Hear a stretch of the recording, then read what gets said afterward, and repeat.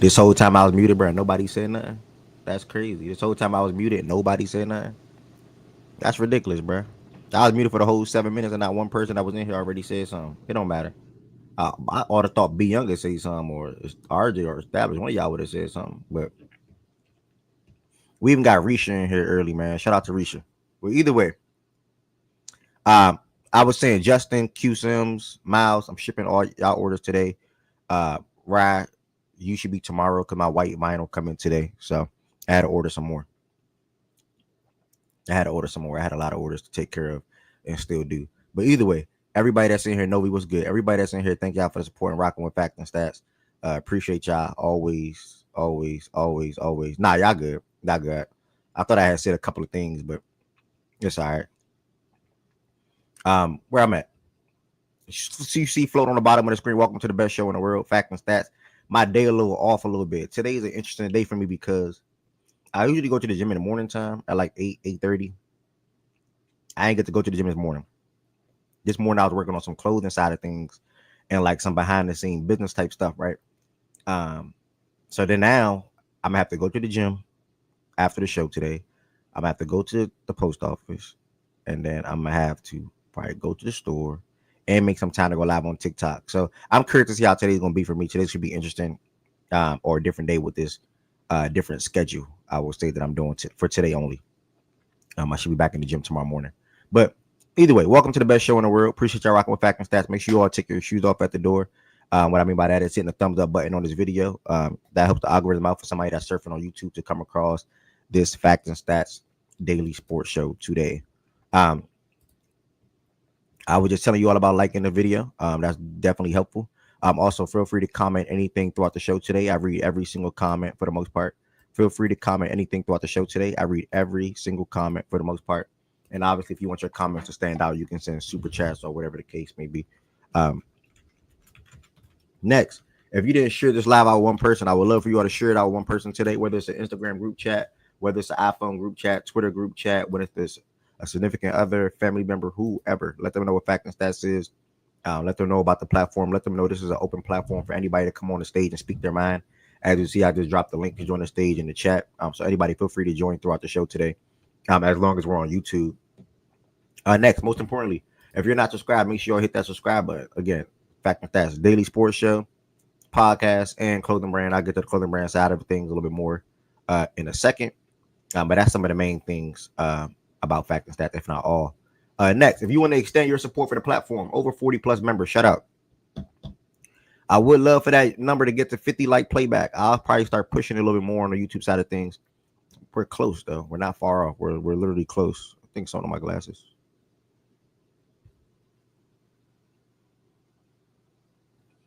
My bad. I know we eclipsed 50 on playback subscribers. Shout out to y'all. Reminder, y'all, if you are a subscriber on playback and or YouTube, as far as member, you automatically get VIP. There's enough passes. You can automatically get VIP. No matter who have VIP. You get VIP. Auto. Please do not mind that. Please do not forget that. You ever want VIP, automatically you get it. So I want y'all to remember that. Also, becoming a member comes with a lot of different other perks as well. Emotes, emoji, fact that that's logo next to your name. Early access to podcast episodes. I'm going to be recording an episode pretty soon as well, and many more. And I will continue to improve discount on apparel, and I will continue to improve perks and things of that nature as well. So yeah, if you want to become a member, make sure you become a member. The link in the description on this video. Also, feel free to send super chats and super stickers at any time. The amount will not matter to me. I'll be thankful regardless. And as you see on the back end, all extended support is greatly appreciated. All extended support is greatly appreciated. You're gonna start seeing some clips today from the show, from whether it was a last week's show or this week's show. Clips are gonna start rolling out to Twitter, Instagram, and TikTok. That's all at Fact and Stats _. Make sure you all follow Fact and Stats on those platforms if you don't already. Twitter is the most important one to follow on, because that's where I tweet out where the show will be held at in the morning time, and also tweet out watch party information and things of that nature. So make sure y'all follow on Fact and Stats on all those platforms. For anybody that don't know, playback.tv/Facts and Stats. Playback.tv/Facts and Stats. That is an app you can download that is free to download and also sign up and join the Facts and Stats playback room. We watch live NBA games in there every single night. Again, we watch live NBA games in there every single night. So you saw the Cavs and the Pacers game. Shout out to the Pacers, by the way. You saw the OKC and Thunder game last night. The playback room is sitting at 1,869 members. Again, there's an app you can download. It is free. All you gotta do is click the link on this video that says live nightly watch parties. Sign up, join the room, come through and watch the Knicks and Wolves game with us tonight. And see if both of those teams close out their respective opponent tonight in 5. So playback.tv/facts and stats. Make sure you all pull up, and this is what the website looks like. Next, you got the Facts and Stats apparel. For anybody that does not have Facts and Stats apparel, I would love for you all to get Facts and Stats apparel. One, just to have if you want to extend your support in that aspect, and then two, if you plan on coming to the cookout, to have it on coming to the cookout. As you see here, I still do have sizes in stock. I have about 6 off-white shirts right here. That looks like 3 pink shirts, 2 blue shirts, couple of black, couple of white. So if you do not have any, I still have all colors in stock right now for anybody to be able to purchase. And again, feel free to check out the website. The website is factandstats.us, and all the shirts are right here listed below for you guys to check them out. Heart shape on the front with Fact and Stats by your heart. And on the back it say speak your mind. And speak your mind is obviously the slogan for the platform. For anybody that does not know, I allow anybody again to come on the stage and speak their mind in regards to whatever the topic is. Next, Fact and Stats Gambling Discord. I forgot to share my play last night, but I cashed something on the OKC, what's the name, game. Opted against betting on the Pacers and Cavs game. Probably would have hit too, but it doesn't really matter.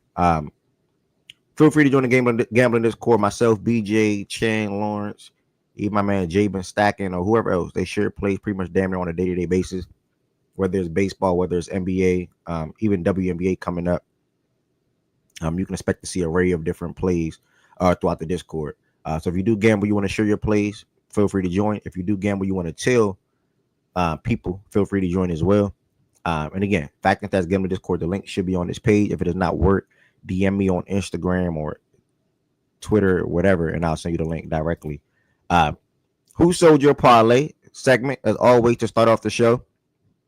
If anybody here gambled last night, whether it was MLB, whether it was hockey, whether it was NBA, whatever the case may be, and your parlay was 1 off, or damn near 2 off, or 2 off by the same player or person, please feel free to drop that in the chat real quick. If not, we will proceed. On down. I'll give y'all about 10 to 15 seconds if anybody got sold last night. Probably not. If anybody got sold last night. Bobby Witt couldn't get 2 bases. Excuse me, by the way, y'all. I'm almost done my oatmeal. Excuse me, by the way. I'm almost done my oatmeal. Excuse me. Chet didn't get 2 more boards. What's that? He finished with 8? I'm assuming Chet finished with 8.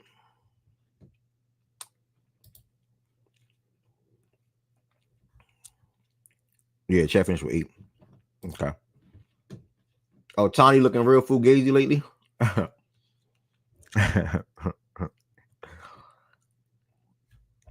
Okay. All right. Ray's player of the day. Who is that, Bray? Who was that, Bray? Let me know who he is and what he did for oh, you jumping into player of the day. Yeah, that's fine. Players of the day, my bad. Players of the day. Be Young said Chet sold them too. Who is that, bro? Who that guy right there? My player of the day, bro.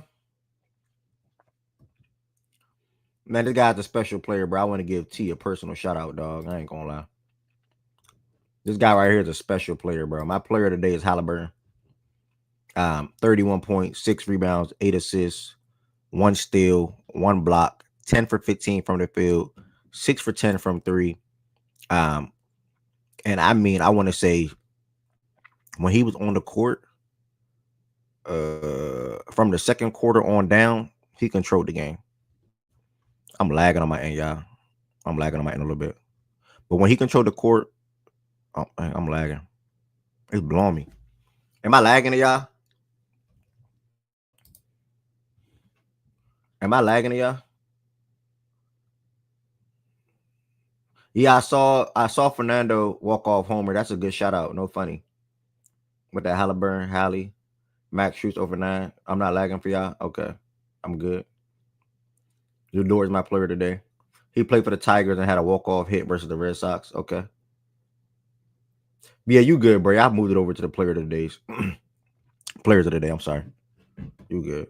It's not a biggie.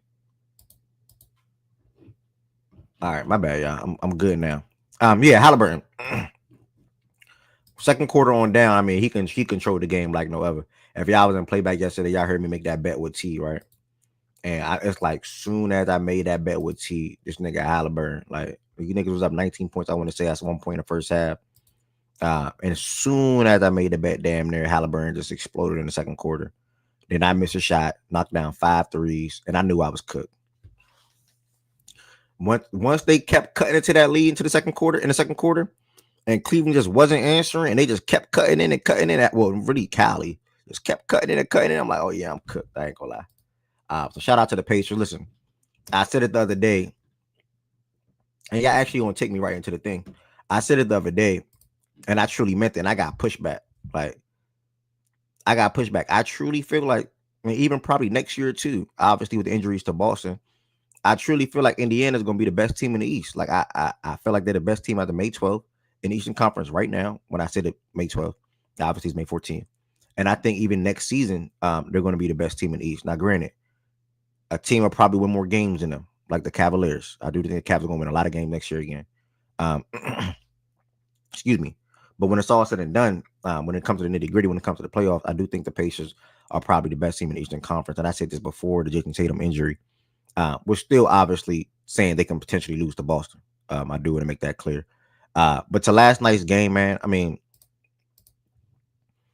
what that second quarter pretty much explains it, to be honest. I really want to credit, I think I tweeted out like 2 weeks ago, a week and a half ago or something like that. I wish Andrew Nemhart was the point guard on my team. And I can't remember who said what, but they were like, chill, he won't do X, Y, Z, da da da da, or he's only this and that. If he was a starter on an NBA team as a lead guard, which I think he could be, I think he'd be a really, really good player. I saw a stat this morning. He held Donovan Mitchell to 10 for 43 during this series with guarding him. If you notice throughout the game, damn, excuse me. Hold on. Hold on. What? What? What? I'm lagging, bro. That's how you schedule a game. That's how you schedule a game. That's what I'm talking about, NFL. Ravens versus Bills, Sunday Night Football, Week 1. Bring them on. Ravens versus Bills, Sunday Night Football, Week 1. Bring them on. Let me find a tweet. I need to find a tweet. I need to find a tweet now. I need to look at it. I need to look at the graphic. I need to look at the words. We get smoked with the Bills Week 1. Are we playing Buffalo? Okay.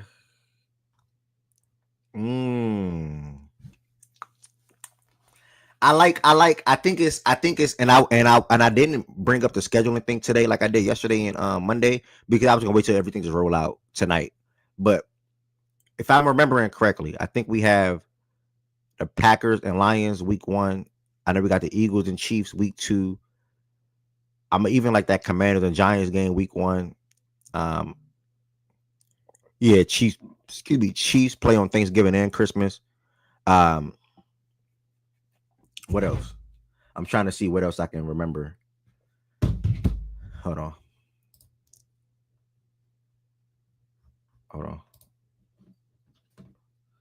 Yeah, I see it. All right. But that's some of the things off the top of my head. Yeah, Week 1 gonna be lit, Mazak. I can't wait. We get to talk to each other right off rip. Like, we don't need to wait till Week 7, Week 8, and be like, we better than y'all. We see y'all Week 1, Mazak. Week 1. I wouldn't want it no other way. Eagle versus KFC game gonna be better, I think. I think both games are gonna be really good. Really, really good. Obviously, the Chiefs are what they get back, but that Week 2 matchup is not gonna really mean much unless they meet in a Super Bowl again. So yeah, man, I'm super duper excited. I can't wait. Ravens versus Bills Week 1. If y'all y'all see some more things in regards to week one matchup, please roll it out in the chat.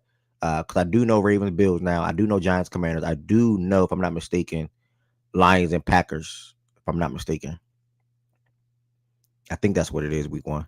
If y'all know anything else, please feel free to roll it out. Yeah, I saw the Giants' first 4 games. The Giants' first 4 games are ridiculous. The Giants might start the season off 0-4. I think their weakest opponent is the Chargers, if I'm not mistaken. And that's not even a. That's not. A, that's like that's how tough it is. Cowboys versus Commanders on Christmas.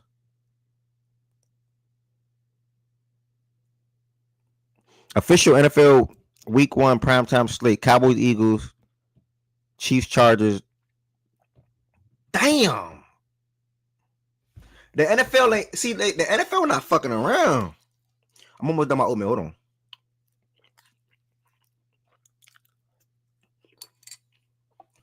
Damn. Damn. What's up? All right.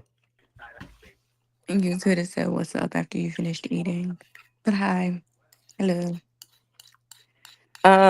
Did you see the Thanksgiving game? Oh, I know you're talking about week one, but they also released the Thanksgiving slate. It's What is it? pretty good. What is it for? You have Chiefs, Cowboys, and oh my gosh, I just saw it. What the fuck? Chiefs, Cowboys, and oh my gosh, why am I blanking on the team? I've been sending this shit to people all day. Chiefs, Cowboys. Fuck. It's a The team. Rams and Bucks are the night game. There we go. Rams and Bucks. I Whew, I don't was like, know. I just saw it because I thought it was gonna be good. I haven't seen who the Lions are playing yet. I haven't either, but I saw some. I haven't seen it from like one of the pages that I trust, but I did see somewhere that it might be the Eagles. Mm, Might be the Eagles, which I think would be fucking nuts though. yeah. To be honest. Woo! I like it. I'm excited. Yeah. I can't wait. It's also Tampa Atlanta week one, but like I think they're doing the division thing, so that like makes sense. Yeah. With the exceptions of a few. I like it. Mhm. Great prime time. Look like we got some good Christmas bump. Lions, Vikings, Oh, Broncos, Chiefs, Cowboys, Commanders. you Okay. also have no, that's not week one. No, Christmas. That's a Broncos. Christmas. That's a Oh, Christmas. Christmas. I was about to say no. Because it's Broncos Titans week one, Yes, that which I actually think could be a good game. Cam Ward is gonna die versus that Broncos defense. True. Yeah, Niners that's good. Seahawks also week one. Ooh, that's a good week one game. It Damn. is. Is there a Yeah. bad week one game at this point? Whoever the Saints are playing. I mean, that is not even a joke. But whoever we're playing, it'll be a bad game. I'm man. so fucking serious too. Like it's gonna be whoever we're playing, and if they keep doing the divisional shit, it's gonna be us versus Carolina. Um. No, Panthers have the Jaguars week one. Oh yeah, they do. So fuck. I don't know. It's gonna be. It's gonna be bad though. It's not gonna be good. Maybe they give us. Maybe it's a bye week. Maybe week one bye week for the Maybe Saints. it's fuck. Just Sorry, say. we just wanted to keep these all good games. We're just gonna put the Saints off to the side. Yeah, just put it on a bye. Yeah. Yeah, I'm trying to see. Fuck, my TV's on. I'm trying to see. Oh yeah, Bears. You said Bears Vikings, right? We going for Monday Night Football? D-Mac must have said it. I don't think I said it. Yeah, that's just Bears Vikings Monday Night Oh, Football. yeah. I did say that. My bad. I still on the screen. My fault. Yeah, Bears Vikings Monday Night Football. Commanders Cowboys on Christmas. One of the Christmas games. Yeah, we know the Christmas slate. Us and the Broncos, Commanders, Cowboys, and then the late game is I don't know what the late game or the I don't know what the late Oh, game is, but we we have got a Lions. good week 2 Thursday Night Football. It's Commanders Packers. Commanders at Packers. They go to Green Bay. Yeah, that's gonna be That'll fun. be the first Thursday Night Football of the. Well, obviously, we technically have a Thursday, the week before free kickoff, but that'll That'd be be the the first first like Amazon Amazon. TNF game for the season. Um, trying to see if I see anything else that's like notable. Obviously, you already The said Chiefs Eagles. the Christmas game is in Washington. Yeah. Yeah, Ooh, Washington Cowboys in DC. in Washington. What in Maryland? And Landover, right? Is that where it's at? Or do y'all Yeah, play in Landover? yeah. No. We in Baltimore. Or y'all Y'all, play like y'all, in Baltimore? y'all Okay. playing Baltimore proper. Yeah, Okay.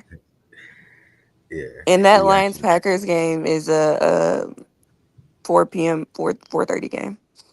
So primetime slot, which I think is great. And I think it's Lions at Packers. Damn. Yeah, there's gonna be some good ones. There's definitely gonna be some good ones. Feel free to let me know anything else. What's the official release? 8 p.m. 8 p.m., but we'll probably have it all before 8 p.m. to be so honest. Mhm. If anyone wants to see it before a schedule release officially comes out, Aussie NFL, OZZY NFL has been literally accurate with every single thing that they put out. Um, they get all the leaks apparently, but that's a good account to spoil. Right now, he's been spoiled. Mainly leaking week ones and like prime time. So any Thursday night football, Sunday night football, Monday night football stuff. Because Packers Eagles is week 10 Monday night football. So and the international games have all come out already. We also got Seahawks Cardinals Thursday night football week 4. What kind of game will that be? I don't know. We can talk about that more Yeah, it's gonna be a question mark. later. But All somebody right. said the week Yeah. 17 Giants Raiders game is gonna be the battle of ass, but that was the game nobody cared about. That's funny. I'll bring up more of this NFL Okay. schedule stuff tomorrow. Thank y'all so much for coming up and giving me some insight on some of the things. I'm gonna circle it back over to the Pacers and the Cavaliers game. Last night, we had the Pacers after dropping down 19 points at one point in this game. I want to say it was 19. After dropping down 19 points at one point in this game, I spoke to the second half that they not even second half. I'm sorry, excuse me. Let me check if it was 19. Yeah, 19 points. Right. I want to circle back to the second quarter that they had in Game 4.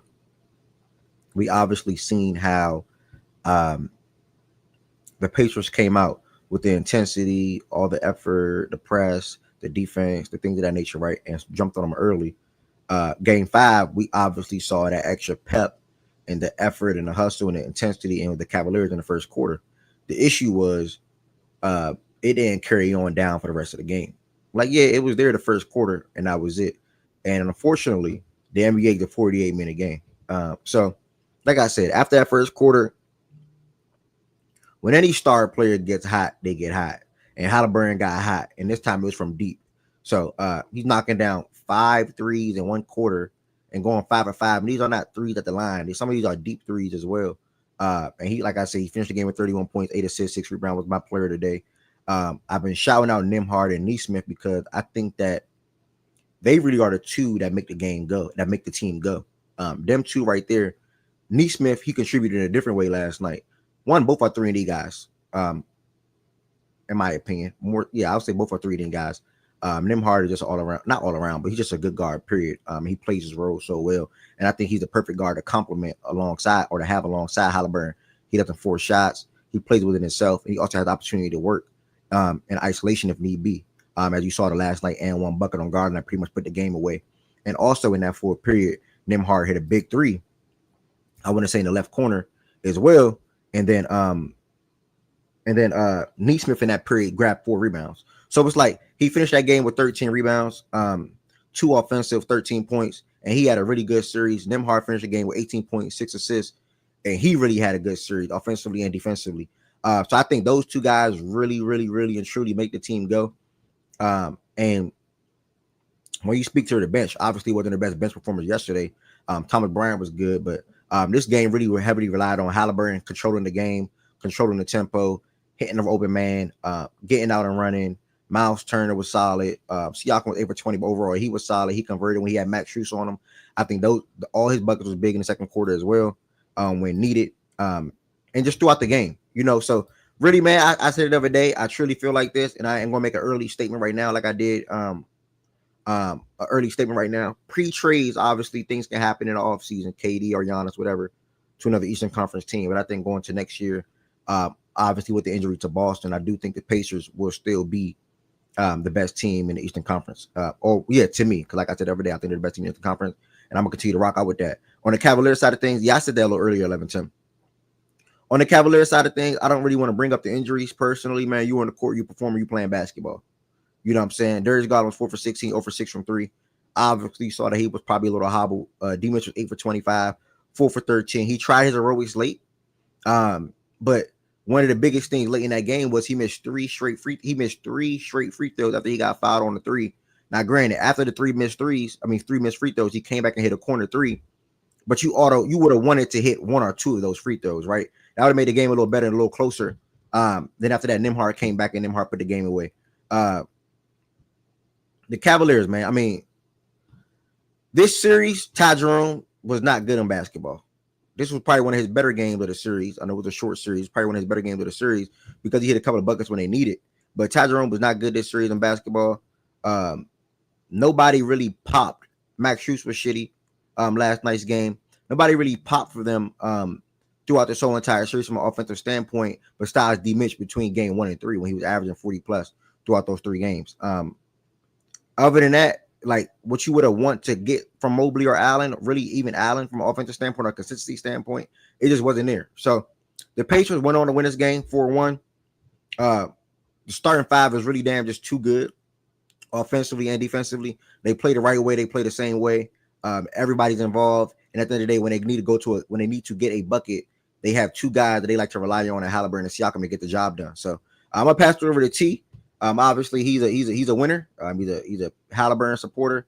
What's your thoughts at the end of this game 5, brother? Give me like 25 seconds. Okay. Anybody else want to step in real quick then? Let's talk about this series or in this game last night as well. Yeah, I thought it was an impressive effort by Donovan Mitchell to try and keep the season alive. It's pretty clear, obviously, he was basically running on fumes by the time he came down, but ultimately, to what you had said and we discussed, a few days ago when you said that the Pacers look like the best team in the East, it's just an overwhelming amount of depth. The guys that they can hit different shots. Obviously, Siakam didn't have his most efficient game. Obviously, Mathurin did not necessarily have a lot of points by any means, but just getting contributions from Nembhard, a timely 3 by Miles Turner there to kind of put the stake in the heart of the Cavs. Obviously, Tyrese was his normal efficient, controlling the game self. And he honestly, added things as far as the 31 points that was a little bit over his skis. But it's an impressive effort by the Pacers on the road to get down and say, hey, we're not going to pack it in, say, we're up 3-1. We can afford to give this game away on the road. We'll go in and win it at home. Now, they said, we're going to stick around in this game. We're going to make it difficult. We're going to make the Cavs earn it. We're going to see if, them and their short rotation can have enough gas in the tank to bring this home. And they didn't. And that's an unfortunate place where the Cavs have landed after such an incredible season for them during the regular season as far as record is concerned. But eventually they didn't have enough in the tank to bring it home for as much as Mitchell and Mobley tried to kind of drag them over the finish line. And so now there's going to be a lot of questions, obviously, about where they go from here. But ultimately, I think the story of this game should be about Hallie leading this team and the Pacers in general being just a well-built roster rotation from a playoff standpoint that is very that is versatile and effective on both ends. All right, I'm ready, brother. D-Mac, did you finish? I don't know. I'm trying to do better with interrupting people. You were right on time, bro. Okay. So to start off, hell of a first 2 rounds out of my boys. 10 games, only lost 2. You can't expect more than that. Like, honestly, from a team that started off 11-14, I couldn't be more proud.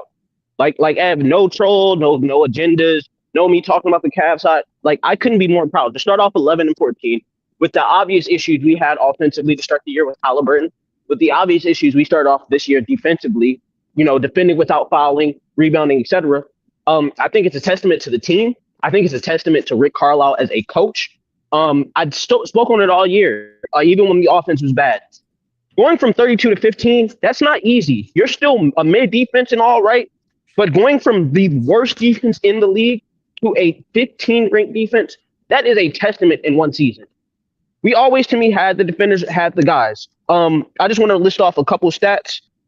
Through the first 10 games, Pascal Siakam, 44% from 3. Miles Turner, 45% from 3. Aaron Nesmith, 48.2. Andrew Nembhard, 50%. TJ McConnell, 50. Jarris Walker, 38. Ben Shepherd, 35. Even Obi Toppin with a 33. Thomas Bryant, 57% from 3. We are a great shooting team. We play with no ego. Nobody on our team, from Siakam to Hali to Nembhard, nobody plays with ego. Nembhard just averaged 10 points per game in the regular season. Came in when he was on, we gave him the ball. We let him create. I just think it's a testament to the team. I think it's a testament to Hali, just how they play top to bottom in terms of, making the right passes always and trusting the guys, regardless of who's out there. Ben Shepherd, Jarris Walker, Thomas Bryant. We play 11 people in these playoffs, including Ben Shepherd. That's a testament to the team that we're getting 11 guys, and out of the 11, I can point to a game where I felt I got contributions from all 11 guys. Outside of that, I think Halliburton took over that game. We started off, I believe, 1 of 7 from 3. I knew that was going to, even itself out eventually. I thought we battled hard. There's a lot of times, I be in playback TV /facts and stats. That's where we all be watching the games. A lot of times I'm sitting there complaining about fouls in the first half, first 3 quarters, or even a full game. But they fought through all of it. To me, there's a lot of fouls, especially in this series, to me, that legitimately were not fouls. But we fought through all of it, all the adversity, winning 2 games on their home court where they're up double digits. That's a great team. I think a lot of people gain respect for Halliburton. I'm glad you guys see what I see now, leading offenses, being a true point guard, getting guys in position. And he did the biggest improvement to me that I asked him to do last year. Even when he was on that run averaging 26 and 10, I was asking, can you get downhill more? Everything does not have to be left and right. A lot of times when you are going left and right, you actually are beating somebody, but you're choosing to not go downhill. It settles to me for a contested pull-up 3. I thought since the start of these playoffs, and literally, from the ending of the season, directly after All-Star break, people starting to get downhill more. And at the end of the day, however you feel about Hali, the nigga is 6'4", lanky, and can get downhill. He was dunking on niggas in high school. Like, he can get downhill and finish, and we've seen that consistently. From the Cavs spot, I think it's a disappointing season. I think Garland performed bad, but I do give him the injury concern. I do look at that game too when Evan Mobley and DeAndre Hunter sit down off of little nitpick injuries. I do think that's, to me, where they lost the series. Donovan Mitchell went out crazy in that game, and we only won by a little bit. I think Mobley and DeAndre Hunter could have been a difference, and that's 1-1. And to me, that changes out the entire series, though. But I can't be more proud of my guys. From Benedict to Tyrese to Nembhard to Nesmith, I believe Nesmith is shooting like 53% from the field, 48% from 3. While playing, the best defense on my team, nothing I can be upset with. Outside of that, wait till we see in the Eastern Conference Finals. This is 2 ECFs in a run. Unfortunately, we had to see certain teams with injuries in both runs. We can't control that, but looking to play hopefully a healthy Knicks team. Well said, brother. Well said, brother. Congrats to the Pacers, man. Really congrats to the Pacers for making it back-to-back years. Obviously, it's a disappointment for the Cavaliers, in my opinion. We'll dive into where do we go from here in a second. Anybody else want to step into the play and talk about the Pacers winning the series in 5 and also the game last night? You hear me out? Yes, sir. Yeah, man. First off, T, like obviously, you're a Hali guy or whatever, and give you respect. But I have been huge on this Pacers team all year, bro. Like they're just a special unit, bro. Literally, I think we went into the series on not here, but I was telling people that I think their 1 through 9 can arguably be just as good as Cleveland's 1 through 9. They just have everything they need, man. Like their defense has been crazy. The passing, the offense, the shot making, Nesmith, Pascal, Nembhard. I mean, everybody, bro. Like they put so much pressure on you every possession of. Every single one, man. And I just love how committed they are. I think, who else deserves credit, bro? I think Rick Carlisle, because I think after the Dallas Mavericks thing, I think everybody just figured, Rick was kind of done. Like he's in Indiana now, and he held the Lucas pyramid and and the AP stuff. And then he gets like a good team in the Pacers. Going in and out. And I think their front office is it going in and out? Yeah, but I knew you were going to get through it. Can you hear me? Yeah, we can hear you. You fighting through it, brother. Yeah, I'll be short since the service. Yeah, I'll be short. But yeah, I think everybody deserves a lot of praise for what they did, and I think Rick Carlisle deserves a lot of credit for how much he's gotten this team to believe in what they are. Go ahead. Okay. Yeah, good Rick shout. I think Rick needs a good shout out, and also somebody seen a tweet their general manager. I don't even know his name. Kevin Pritchard. Kevin. Yeah. For the team he put together. So 11-10. What's your thoughts though? Pacers 4-1. They advanced to the East Conference Finals. Back-to-back years. You know how I've talked about the Pacers since pretty much last year, about how good they are and entertaining. This year they've really worked defensively and got better in that regard.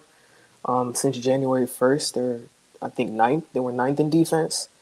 So they made a concerted effort to, be better on that side of the ball, and I think it really helped them a lot in this series. Obviously, the offense, we know what they can do offensively, but defensively, they've been switching, like Nembhard did a great job on D-Mitch this series whenever he was matched up on him. They have a lot of versatility on their roster. Obi come off the bench. Matherin's coming off the bench. Ben Shepherd coming in, giving you some spot minutes here and there. TJ McConnell. I don't think TJ played a great series this series, but you know what he can be, off of the bench for you. And Nembhard always hitting timely shots. Like yesterday, hit a timely 3. Miles Turner had himself a great series. Interesting stat, Jared Allen, he had 6 combined rebounds in games 4 and 5.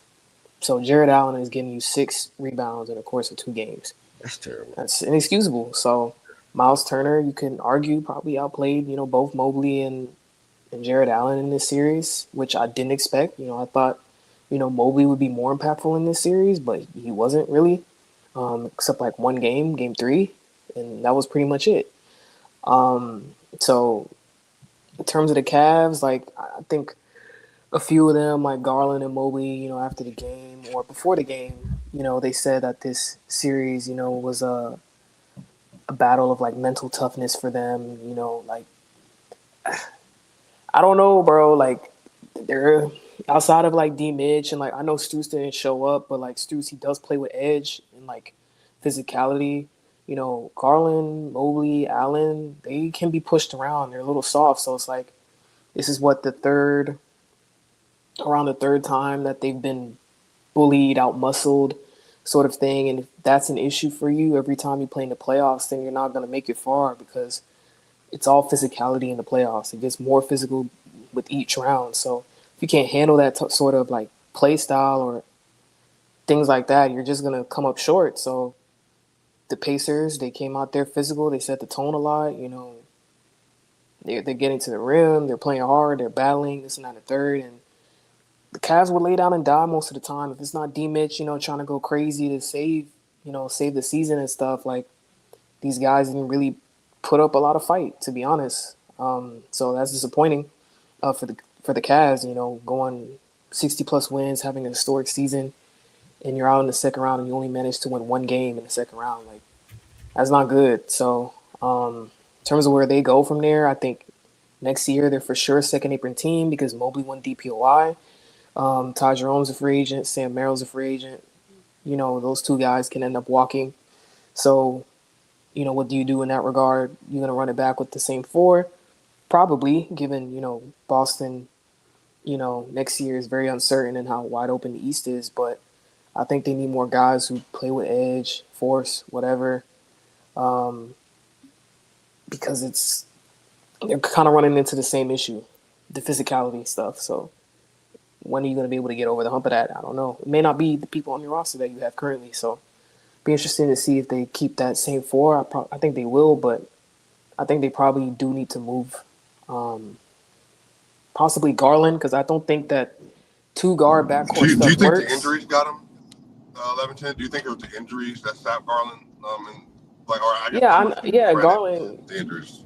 Yeah. Yeah, I think Garland for sure was hurt. Like you could tell his toe was messed up, but DeAndre Hunter and Mobley, nah, I don't give it to them. I don't. But Garland for sure.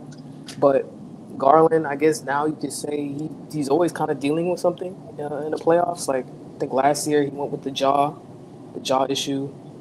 This year now it's a toe, and if he's like his frame, it's probably easy to beat up on him. So like, I mean, I don't know how much uh, leeway you can give in that regard because if your frame leads to those injuries where you can't really handle that physicality that well, and I don't know, but I don't really think that two guard backcourt is going to work in the offs because it's always somebody they can attack defensively, and I think you need to have a less matchup disadvantages as possible. So because Indiana, they were going at Garland, they were going at Ty Jerome every single time down the court. It's just easy to get them in rotation. That's why I had concerns over the Cavs because I didn't believe in their defense, to be honest. And it proved this series they just couldn't really guard Indiana well enough. So, and then Jared Allen was obviously getting hunted, in the perimeter. He didn't look good this series either. So, yeah, it's tough there. Oh, I did want to throw a quick shout out in there. I know it says 4 blocks. I was tracking it as the game happened. It was 5. It was really 5 blocks. Miles Turner 5 blocks. He played a phenomenal series. Points, rebounds, assist wise, it was 24 like per game. So he was impacting it on a stops perspective, on a rebound perspective, on a points, on an assist perspective as well. He was just playing really well basketball, taking advantages of mismatches, as well as getting off the ball at times. At times I've been upset with him just forcing shots. He did a good job getting off the ball and repositioning himself even down low. He played a phenomenal series. He's been playing a phenomenal 2 years with Halliburton. Yeah, and Miles Turner doesn't have a reputation of being that sort of type of player, and he outplays your front court by himself. Like that's not a good look either. Yeah, I'm not gonna lie, 11-10. At this rate, I mean, like I said, I've been high on the Pacers. I should have been higher on them.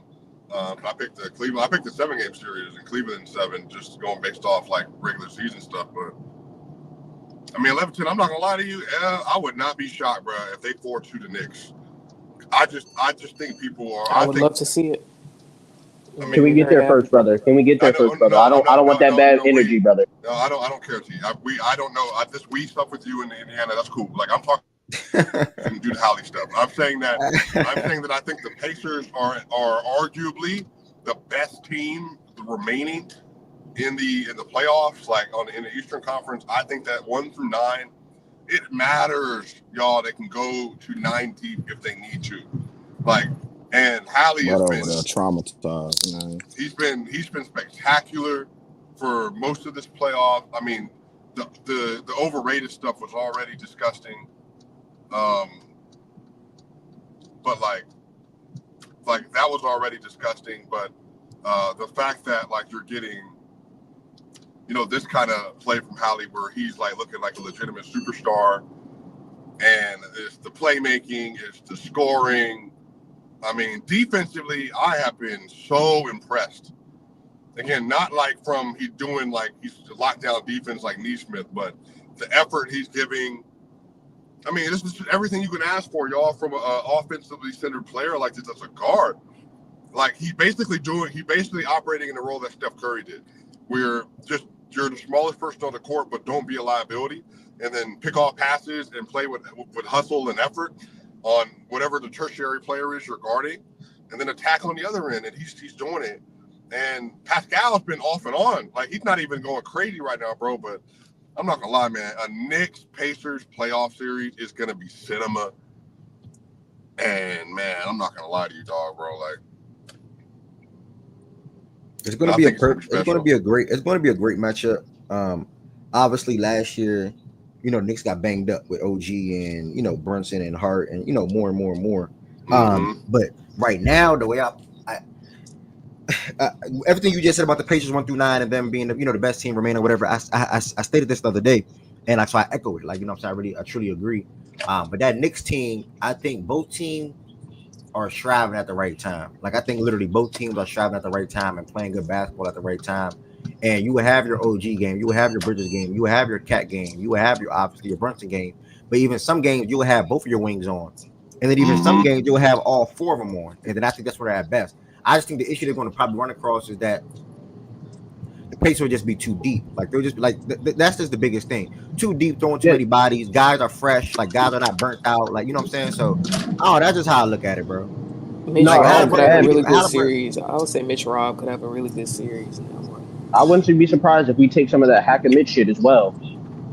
But even 11-10, like okay, but now you got to deal with like it's either the front court with Pascal and Miles or Obi and Thomas Bryant. And guess what? If he's on the court, he's not around the rim. I think that's another big deal about this. And if he is around the rim, the Rick Carlisle offense with Hallie, they're so good they can take him away. We're gonna make him guard in space. Yep, we're gonna target him and make him guard in space. Him and Cat. Are you talking about Hallie Wee or the team Wee? Which one? Both. Literally from Nimhard, from Holly, from Benedict Mather, we'll all take him to space. Yeah, but I get you're trying to get a troll off, brother. But I'm trying to talk basketball. But even beyond like the off the Let that wall, man like say switching we, and bro. stuff. But it's even the movement. It's like it's the way the court can be layered. We're forcing you to play on the outside. And I told y'all Thomas Bryant can give good minutes. He can do something. At this point, they just need you to be able to play within the scheme and then not suck on the other end. I mean, theoretically, in the Boston series, like he's guarding Horford and KP, and they're out in the perimeter. It didn't stop him from getting boards, is what I'm saying. Like, and one thing the Pacers did struggle with in this series was rebounding. So that's going to be a key thing, I think, against the Knicks, because obviously they're going to want to get on the boards. Josh Hart, Mitchell Robinson kicking it out to, Mikhail Brunson and stuff. So that's something I'll be watching out for in that regard. Knicks and Sixers. We'll talk more about that later, Joe. I see your statement though. I do wanna I don't wanna regurgitate and say a whole bunch of stuff y'all done already said. But I do we trolled brother for years at this point. So at this point I had to grab a mic and give little bro some flowers. Because we used to troll the hell out of T with this Halliburton shit. Like a lot. Thank you, Byron. And he stood 10 toes with his Cat, man, and dude really performed his ass off in this postseason so far. This Pacer team is a team I didn't take serious. I didn't, I underestimated them a lot, like I said, in playback and even on my TL yesterday. So shout out to them for shutting me the hell up and proving they approaching like real deal status for real. And last thing, Rick Carlisle, give him credit for being an relatively elite coach in multiple eras. That's something that's hella impressive to me. Like Rick Carlisle won that chip in 11, which three different teams. You're right, Byron. Yeah. Give like him and Pop being able to do that is impressive as hell to me, especially the way I hold coaching in a high regard, no matter the level. Like being able to do that in the NBA in multiple eras, that shit impressive as hell. Everybody can't do that. So I think Rick Carlisle, he's probably one of the most underrated coaches of all time at this point. So shout out to him for that. Right, shout out to Rick. I hear all the tweet. The birds are tweeting around Byron. You know how they do down south, bro. Nah, shout, bro. Shout. It's dark. It's gloomy over here in Atlanta, so they ain't out right now. Byron, how much credit do you give the Pacers? Like, or what do you? Rather, let me frame the question better. What does it say about the Pacers that in the Eastern Conference, where they're underlooked in the both seasons, they're now in back-to-back Eastern Conference Finals for you? What does that mean to you? Well, I mean a lot. I mean, people gonna, nitpick it for the most part in regards to, they got quote unquote lucky or unfortunate, running into some banged up teams. But I mean, they still had to show up and, handle their business and do what they're supposed to do. So I mean, it say a lot, and I'm gonna keep giving credit to Rick and for sure Halliburton, for stepping up the way he have. But man, that just say a lot about Rick, bro. Rick being able to just adjust time in and time out, like he really underrated in terms of like in-game adjustments, et cetera, too. So that say a lot. And I just think, me personally, they changing Pacer quote unquote culture for the most part. Because at the end of the day, you keep playing like this, who's to say like a superstar that's a disgruntled superstar may eventually want to come join Halliburton. and properly slot Halliburton in that 2 spot, and you get a legit number 1 eventually. Like that. That's why you do what they're doing right now as a young up-and-coming team. So to say a lot, and say a lot about Rick, say a lot about the organization, the GM, how they built the team, and shout out to them. They got a bright ass future for real. Hey man, this should make everybody get more respect for Steve Nash. By the way, I want that to be well known. I think people, if Steve Nash was around, they'd be even better. But I think you're seeing a 60% about what Steve did for those Suns teams. So I mean, respect, man. Hallie's my dog. I think he's an amazing player. I think didn't we have that conversation here about half court offensive players? I think there's an argument he could be the best playmaker in the league. And yeah, I think we see why, bro. Like, I mean, when he's aggressive, like legitimately, there's nothing you can do with him unless you're putting 2 on ball, because he's getting the ball wherever it needs to go. And if you have a player that is that efficient across the board, like, it just puts you in a bind every possession, dog. He honestly has just been so good, bro. Like, so good. Making a right play every time down. That shit matters. And then to that point, Swiper, he's one of the only guards like that I've been a fan of where they can jump in the air, and I feel comfortable they're not about to turn that bitch over or make the wrong pass. Like, he does that shit a lot, which is that jump in the air and pass it to opposite corner. Or even when they do send 2 of the ball, I think he also does a really great job of not forcing anything. He'll get off that ball instantly. The minute he sees 2 approaching, he'll get the fuck off that ball. And a lot of young players, to me, in this league, overlook to score. When sometimes just trusting your guys does a lot. And I think Rick has done that a lot. Like, change that culture. Everybody trusts everybody. You got to be able to have the slashers to make that work, and that's where Neesmith and Nembhard come into play. Like, okay, like you're gonna put 2 on ball, bet. Even Toppin. Yeah, Toppin, Nembhard, Pascal, like the Neesmith. Benedict when he works with the starters as well. TJ McConnell if he needs to be. Like, bro, they built the perfect ecosystem around him. And again, who the other one that makes it all work, and he did this all regular season, Miles Turner. Because, like, if you got a shot finisher as good as Miles Turner is, bro, like, at your center position, and then they're not a liability on the defensive end, I mean, those players are invaluable in the NBA. He's a free agent, by the way. Yeah, and he's going back to the Pacers. You better believe it. Yeah, he finna get 35, maybe 38 million a year. It's coming. Yeah, that was one of the biggest things I noticed.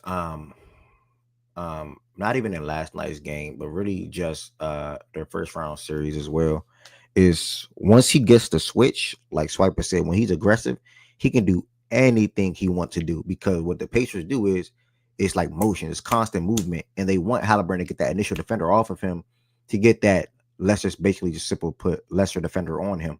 And then once that happens, then your defense is now forced to send 2, because Hallie's either going to blow by him. He does not have the cutest or the best handles when it comes to a crossing over between the legs, all that. He doesn't have it, but he knows how to use the way he dribbles and the way he maneuvers to get to his spots, or even get to his step back 3 shot that he likes to get to as well. So I don't know, bro. He's a special player. I'm watching that game in the second half, and obviously I got a lot of money on the line, and I'm looking at him like, bro, he getting every single thing he wants to do. And it's one play that stood out to me. And I'm like, my God, y'all probably remember the play.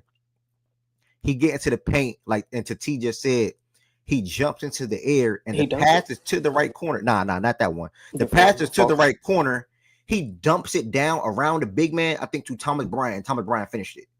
I remember that play. Okay, that's the play that stood out. I'm like, damn, like the IQ, the vision, to know to get the ball to where it needs to be 99.9% of the time. That's what things will make Tyrese Halliburton so special. So, man, the Pacers are in a great spot. I mean, back-to-back East Conference Finals. They have a real opportunity to make the NBA Finals, and win or lose, that experience will matter. And they will come back better next year if they obviously do lose, better, stronger, more eager, more determined to get that feeling again. So, real team to be on the lookout for over the next couple of years in the Eastern Conference, man. As long as Tyrese Halliburton and all these guys there are in the fold, and even if they lose some of these guys, whether it's via free agency or whatever the case would be, they have all the assets in the world to get another guy or to get more guys to add into what they're building with Haliburton and Siakam as their two main guys in Indiana. So shout out to the Pacers. They have a real opportunity, a real possibility, the best team in the Eastern Conference next year to me. Obviously with the Tatum news, and we have to see what happens with Kevin Durant and Giannis.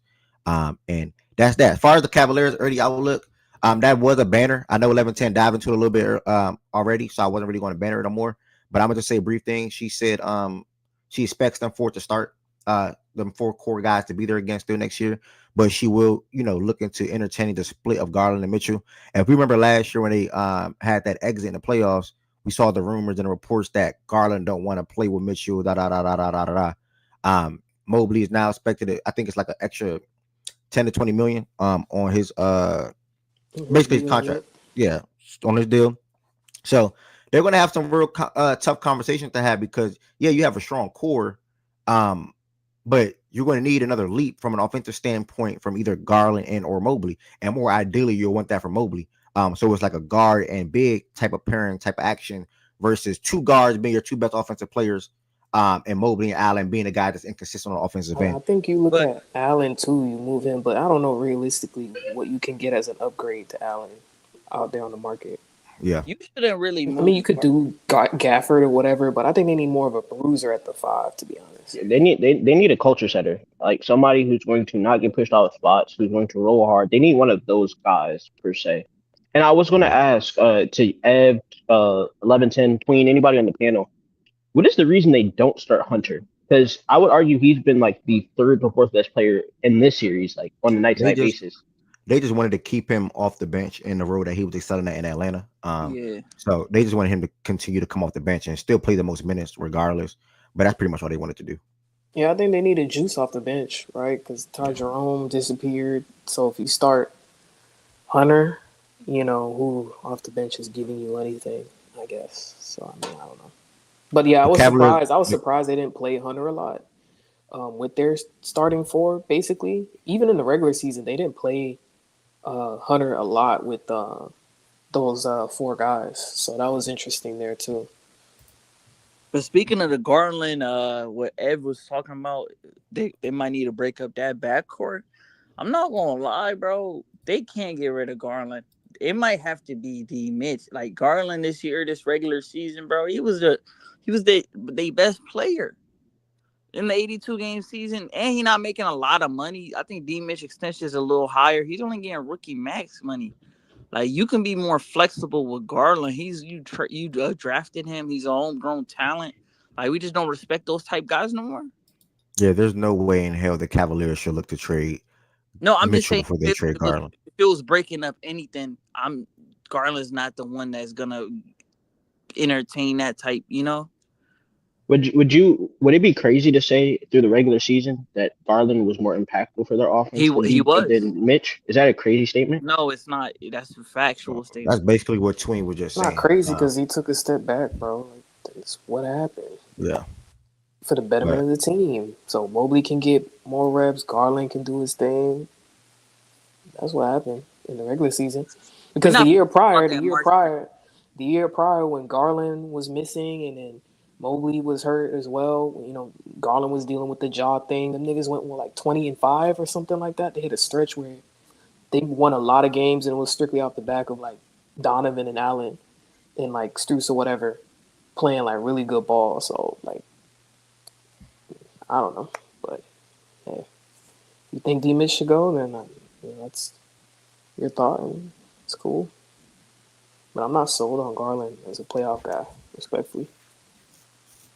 Yeah, I would be more than likely. If it was me, ideally, I would need another guard in the backcourt. Like I think the perfect guard for Donovan Mitchell, and he's just a perfect guard for a lot of teams. But the perfect guard for Donovan Mitchell would be like a Jalen Suggs type of guy. And I think that the Cleveland need more defense from a POA standpoint. If you remember down that game or throughout this series, bro, they leaned on Strus and Ty Jerome for that.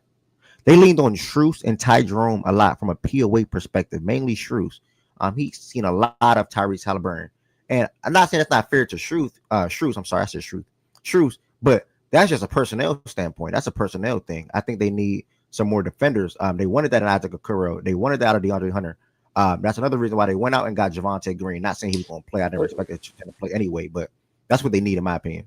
What do you think about Garland to like New Orleans and they go get like Herb or something?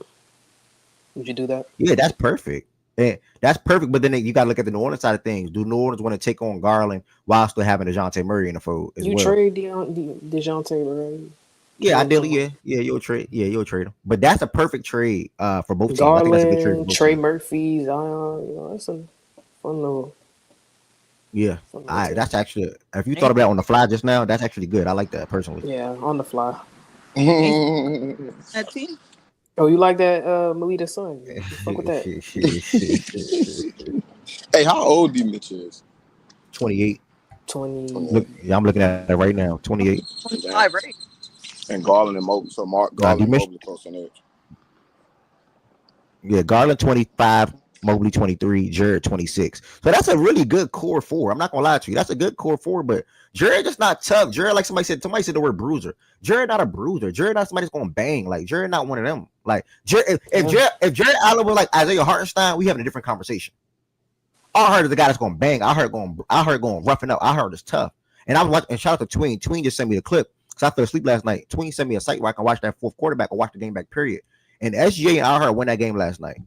Them two guys win that game on the stretch of 1,000%. We'll get to that game in a second, but them two guys win that game. If Jared Allen had the mentality and the toughness like I heard, probably having a different conversation about this Cavaliers team. That's a good name you just pulled. No funny. I heard definitely will box. Oh, what that? Bro? Wait, so y'all? Sorry. Nah, you good. Go ahead. No, I was going to because I was just catching up as far as the conversation was concerned. So you guys would say to move Garland or Mitch? I think either or one of them got to get moved. But if it was up to me, probably would be Garland. But because I'm just not sold on him in the playoffs. I don't know. Yeah, no, I hear you. And it was always going to be something because, and it's not necessarily like, obviously the injury is the injury, but like it was always going to be a weird thing for me of them two together because you're talking about two small guards. That's normally not not a scenario, but a combination that you see really working as far as the playoffs are concerned. So I guess the question is, can you get a representative haul for Garland that allows you to really feel like you can hit, the championship theoretical window, within the next 2 to 3 years around Mitch and Mobley? Or do you think that Mitch is just so, obviously worth it as far as what he would get on the open market that you trade him for the haul instead, and keep Garland? I don't know what packages could be out there for either of them to answer that question, but that's an interesting decision. Yeah. How would you feel about this? Everybody in and out swiper. But bro, how would you feel like made a move with the Magic to get maybe some of their defensive pieces in exchange and like a couple draft picks back for Garland? For Garland, yeah, I mean, they got Jalen Suggs. Obviously, I'm not saying Jalen Suggs, KCP. They have Jonathan Isaac and a few players over there. Honestly, that they don't have offense. And Garland, I think, is one of the best offensive guards in the sport, bro. So I mean, I think there's some natural pathway if they do decide to go that way. Yeah, I think the Magic are going to be an interesting combination for a few teams. We discussed them obviously in the context of do the Spurs end up trying to move that number 2 pick too. But I mean, they need to diversify and they need wing help. Even though obviously Hunter is Hunter, they wanted more out of him, but I don't know if you're ever going to get more out of him. So if you can move Garland, and you just made me think, bro. I would, if I was the Spurs already did it, but if they hadn't made a move for Fox, that's exactly what I would do, bro. Garland with like Wemby, and then if they get Giannis or whatever. If you were the Spurs, I think that was rumored last year, actually. Yeah. Go ahead. I can't hear you. If you were the Spurs, you would target Garland over Trey if both of them was on the table. Yes. Yeah. 100%. Yeah, I would too. He's just bad. Absolutely. Okay. Don't you think? Garland's season was crazy. Yeah. Which one do you think is which one do you think is better? I think Trae Young is better. Which one's more expensive? Trae Young is more expensive. Right. But I think Garland is like can replicate and do some of the things. Yeah, and they can damn near run the same. They can damn near run the same offense. Yeah. And I think Garland can fit more in different systems versus Trey, Yep. if that makes sense. Yep. But I think Trey would be either guard, but I think Trey as of right now is still the better point guard though. Personally. But think about it. And honestly, like again, they already made the trade for Fox, but they probably couldn't move Fox. But bro, like moving Fox makes more sense, I think, with Cleveland than Garland with the Spurs. Like, yeah, bro, that would have been a great exchange, because I think Garland at that point, you would have Stephon Castle and Wemby behind him. Like, you don't need him to guard to the same degree. But on the other end, like, De'Aaron Fox is a much better defensive player. He's not the same level of offensive player as Darius Garland is, but the shot making stuff plus the defensive chops next to Donovan Mitchell, that would have been. I honestly think that would have made more sense overall. You think that fits Swiper, Fox, and Mitch? Like, offensively, you think that's a good fit? I don't think so.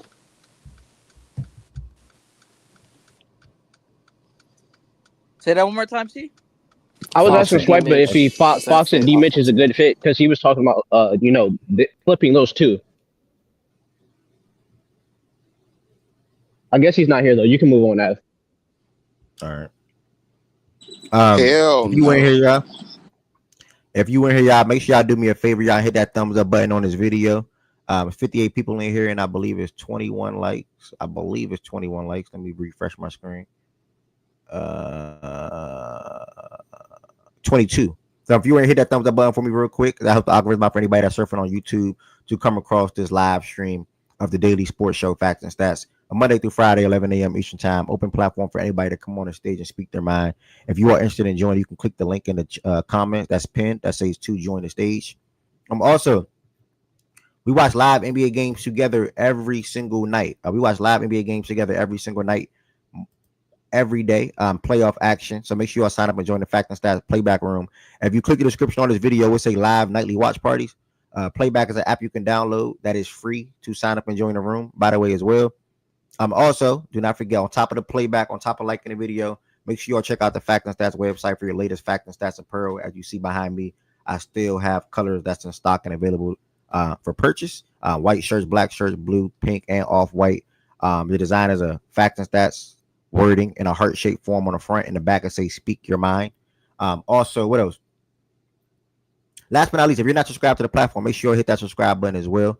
It's a great platform, great community, a lot of great sports minds, and we utilize YouTube and playback to talk sports and many other things as well. So make sure you all stick around, join the Fact and Stats community, and get familiar with the Fact and Stats community. And last but not least, if you are not a member, I would love for you all to become a member as well and extend your support for the platform. The link is also in the description on this video. Another game to talk about. Oh, back to the Cavaliers. Y'all had cut me off way back, but back to the Cavaliers. Yeah, I agree with a lot of things 11-10 said. I don't think the backcourt pairing of Mitchell and Garland is too ideal, I would say. I do think they need to still attack defense from a perimeter standpoint. There's too many avenues and options that guys, from a guard perspective, whoever they throw out there, where teams can attack, whether that's Garland or D. Mitch or whoever. I don't think Ty Jerome is going to be there next year because he's going to get not saying he might be worth it, because this playoffs, he had a good regular season, don't get me wrong. He had a good round one. Especially the second half of the season. But yeah, he had a solid round 1 too, but round 2 was terrible. I do think Ty Jerome was still going to get to his standard a good contract this year, this offseason, I would say. So I don't think the Cavaliers will be retaining him. So they're going to look to, and I think 11-10 says Sam Merle's a free agent as well. So they're going to have some guys to replace in the rotations. They're still going to have their strong core forward. And they're still going to be, like I said, they're probably still going to win the most games in the Eastern Conference next year again anyway, long as Garland, Mitchell, Mobley, and Allen stay together, which I would have to assume that those 4 guys will stay together again. It's really going to come down to internal development. I think that's really what it's all said and done. Like I said, I think Mobley has to become the second best offensive player on that team so they can play sort of kind of like an inside-outside type of thing. This year, he extended his game, or extended his range, I would say, and he came more of a three-point shooter. Not saying he's consistent on that aspect or on that end. Yeah, I mean, from that, not saying he's consistent as a three-point shooter yet either. But this year he extended, just like Bam Adebayo as well, another big man that extended his range this year. So Mobley have to continue to get better offensively. Garland obviously have to continue to get better. He had a really good season this year, and then ultimately they just have to be healthy, man. They always get hit with injury at the wrong time. So Cavaliers, they should not press the panic button.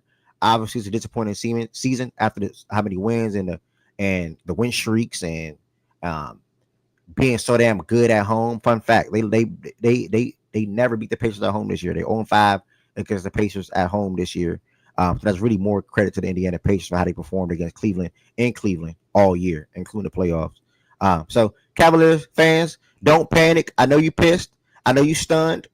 I know you lost for words. You even have a picture of Donovan Mitchell come back onto the court after the game, pretty much saying the same thing that I just said. But next season it's a better chance, and you'll have a similar chance, and you have a similar opportunity to ultimately achieve some goals. To next question.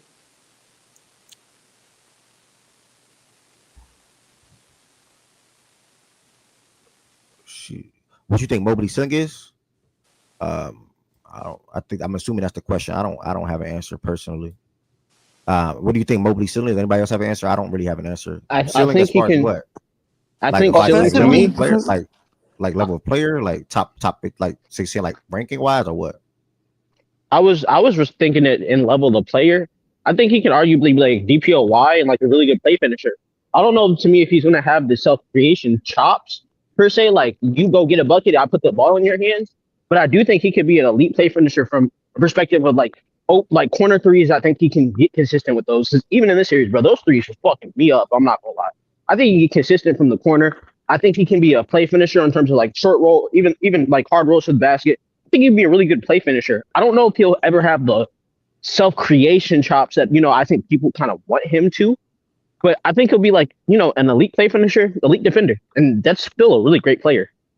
Yeah, and their makeup is a little different for me having sent because like, do I think he can be a 2? I'm with T from a self-creation standpoint. If I was Evan Mobley, I would focus on the post area.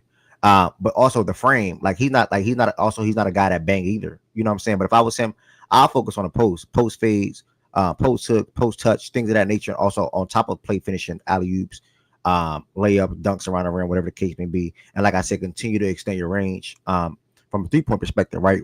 He's shown flash of hitting pull up threes, left wing, right wing threes, corner threes, either corner. All that was this season. So. But I think he'd be number 2. It depends. I can't really answer that right now because this team, I don't even think D Mitchell's number 1. So it's like, like on the actual championship team, I don't think D Mitchell's that. So it's like, how am I supposed to answer that question?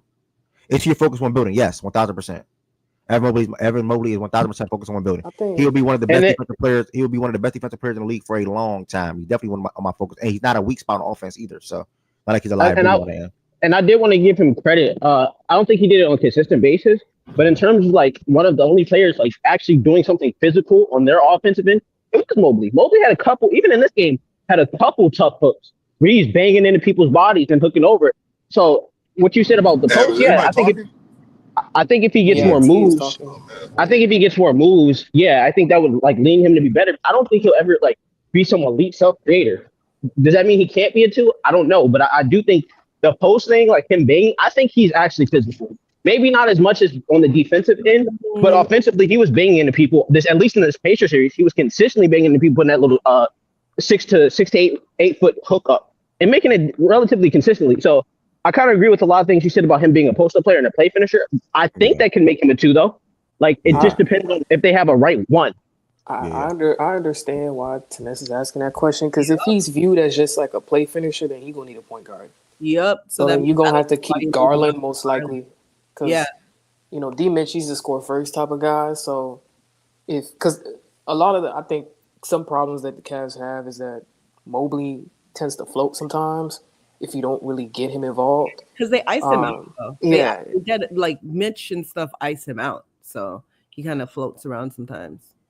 Yeah, so if he's gonna be primarily a play finisher, if that's what we think his ceiling is gonna be, then he's gonna need a point guard. So, and I think a lot of it too is gonna depend on his mentality too, like Mobley's mentality, on how far he goes because sometimes he shies away from contact. I know he's gotten better at it, but depending on who's guarding him, he won't look to attack or he won't do any of those things or he'll just float. In that regard, so. I think it's going to depend on mentality, but if he's a play finisher, he's going to need a point guard.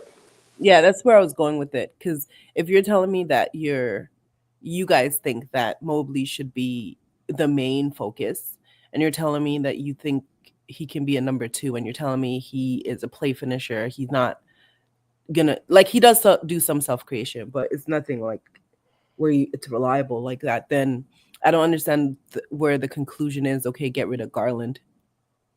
I don't know how we end there. Well, to be fair, I usually don't be on this guy's side, but I was on Tween's side with some of the keep Garland stuff. I don't necessarily think you just move on from Mitch, because I don't know if there's an avenue to get a better creator than you have with Mitch. But I do think keeping Garland is the smart idea when it comes to like maximizing. If you're going to keep Allen, even Mobley, he was the guy that maximized both of those guys But in terms of a regular season perspective.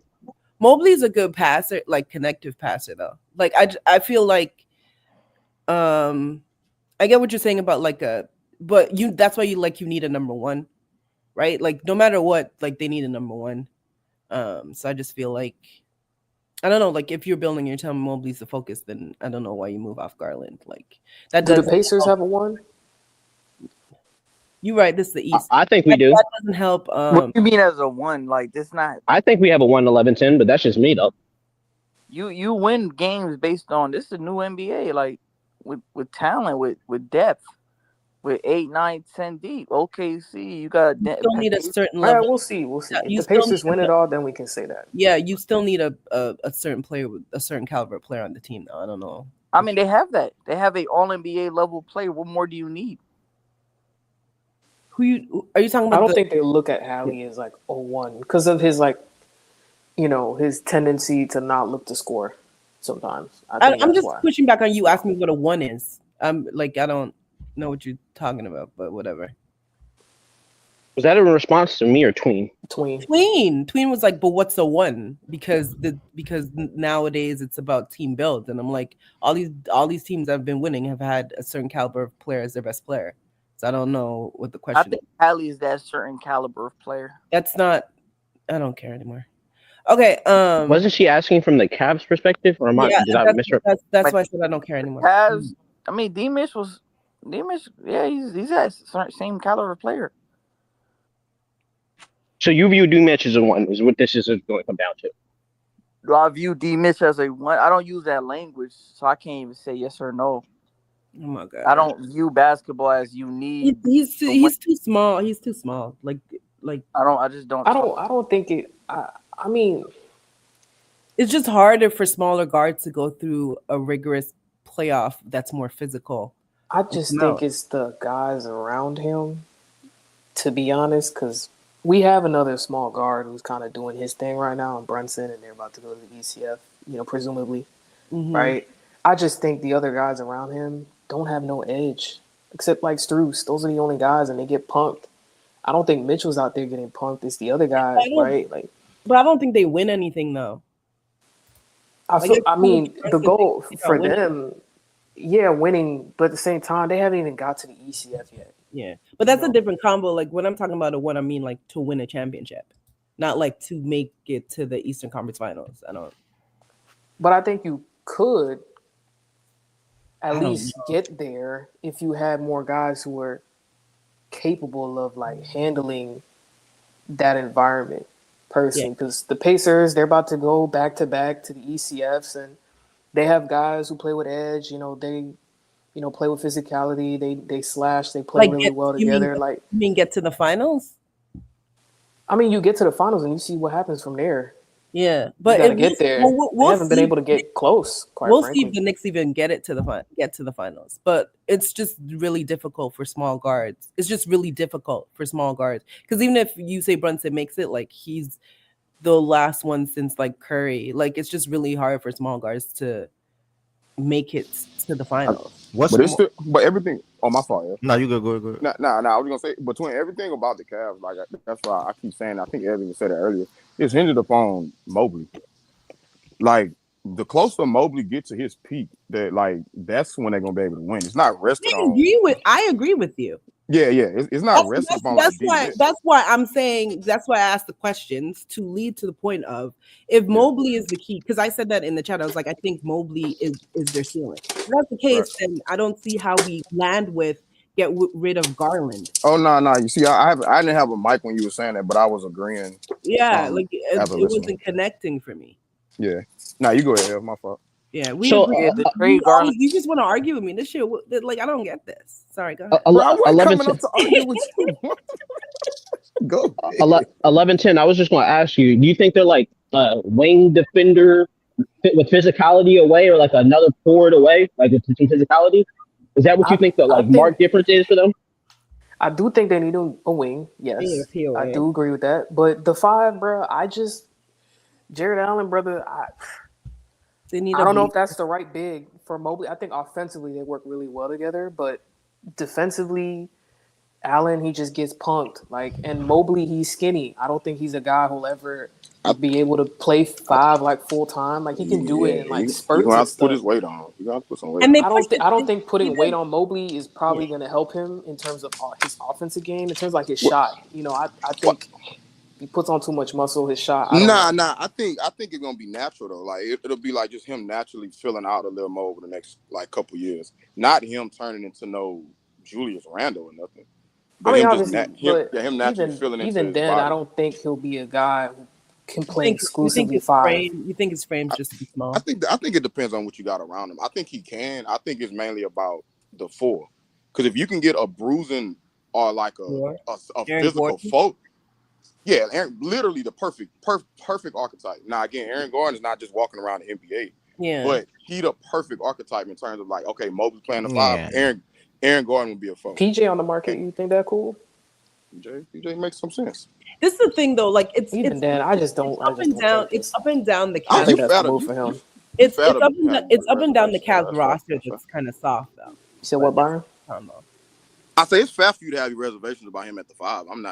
I'm just, I guess, playing a little devil advocate here, but yeah, that's fair though. That's fair.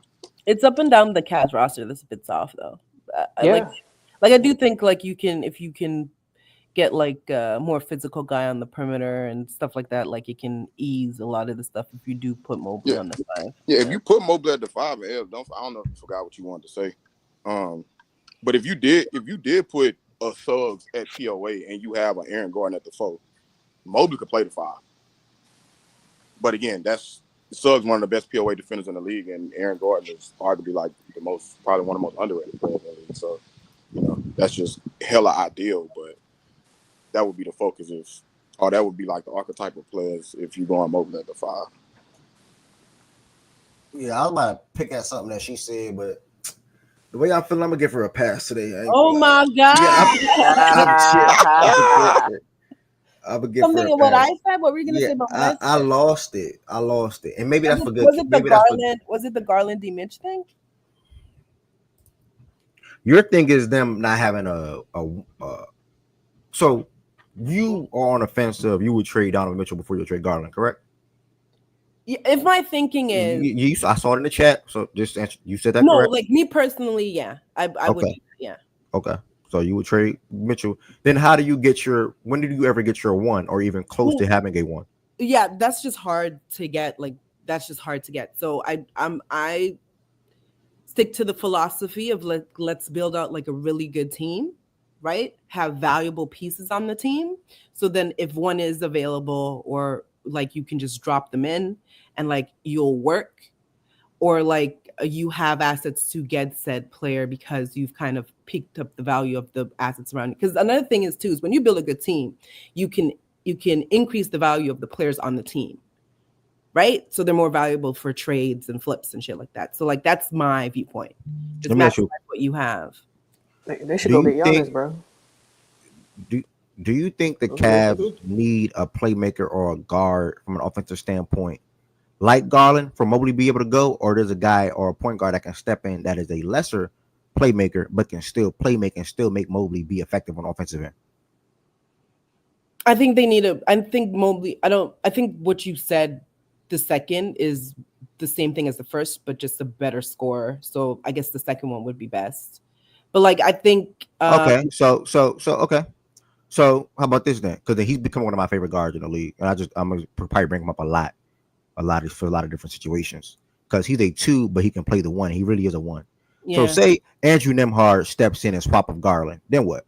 You're fine with keeping Mitchell, correct? Like you are you good with that? Because Nembhard can still be able to get Mobley going on from offensive standpoint. How much of a playmaker is Nembhard compared to? Let me call you back. That's what I'm saying. I'm gonna call. Okay. All right. But she's gonna say how much of a level of playmaker Nembhard is to Garland. I say a lesser. He's a lesser version of Garland, but he's damn sure he can still play make from a point guard standpoint. Especially, he also give you the defensive chop that they need in the backcourt with Donovan Mitchell. I think that's a win-win. I think if you swap out, obviously you're not trading Garland for Nembhard, but Nembhard can still play make. Nembhard can still score, and Nembhard can also defend. And you don't have to move Donovan Mitchell now. You can have Garland and still have that guy that's your ideal close to one and Donovan Mitchell. So that's why I was going with that. I'm I think because she got a call, I just want to respond to that a little bit. I think they get better. And to me, it's not the playmaking aspect. It's with everything he does off of the catch in terms of being part. Like for that level of player, because when all respect to Garland, when the defense shifts on Mitch and he gets downhill and we swing it to Garland, I don't know if people peep this whole series. We're like closing out hard and we're living with him putting that ball on the floor. Okay, you're gonna make a floater over 7. You're gonna make. He cut out. Like, just do that consistently. Like, that's all we ask. Like, and I do think Nembhard, in terms of his scoring punch, can do a lot more off the catch. So I think that would help them. Not necessarily like get Mobley better. I think it would just help the team. I don't know if it makes Mobley's individual ceiling higher though. It wasn't about him making. It wasn't about making his ceiling higher. It was about making him still be involved / focal point of the offense. And I think that's where we all land at anyway. When it comes to me having sent Byron, as far as Mobley being better, or ideally the number 2, I would say option behind Donovan Mitchell. So that's where that's where I was at with that. Personally, I just wouldn't. Again, and I understand their thought process too.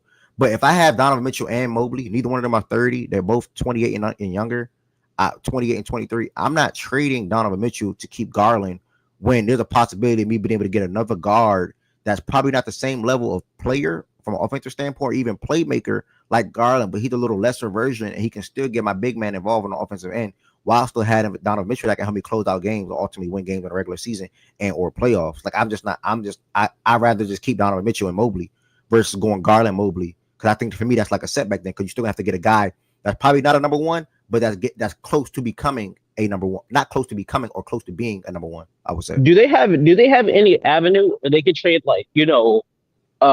one of those other guys, Jared Allen, and go get another big? Do they have an avenue to get a better big than Jared Allen? Because that's the move you make. To me, you keep the backcourt, because all respect, you've had 2 years in the office. All respect, Garland wasn't healthy either run.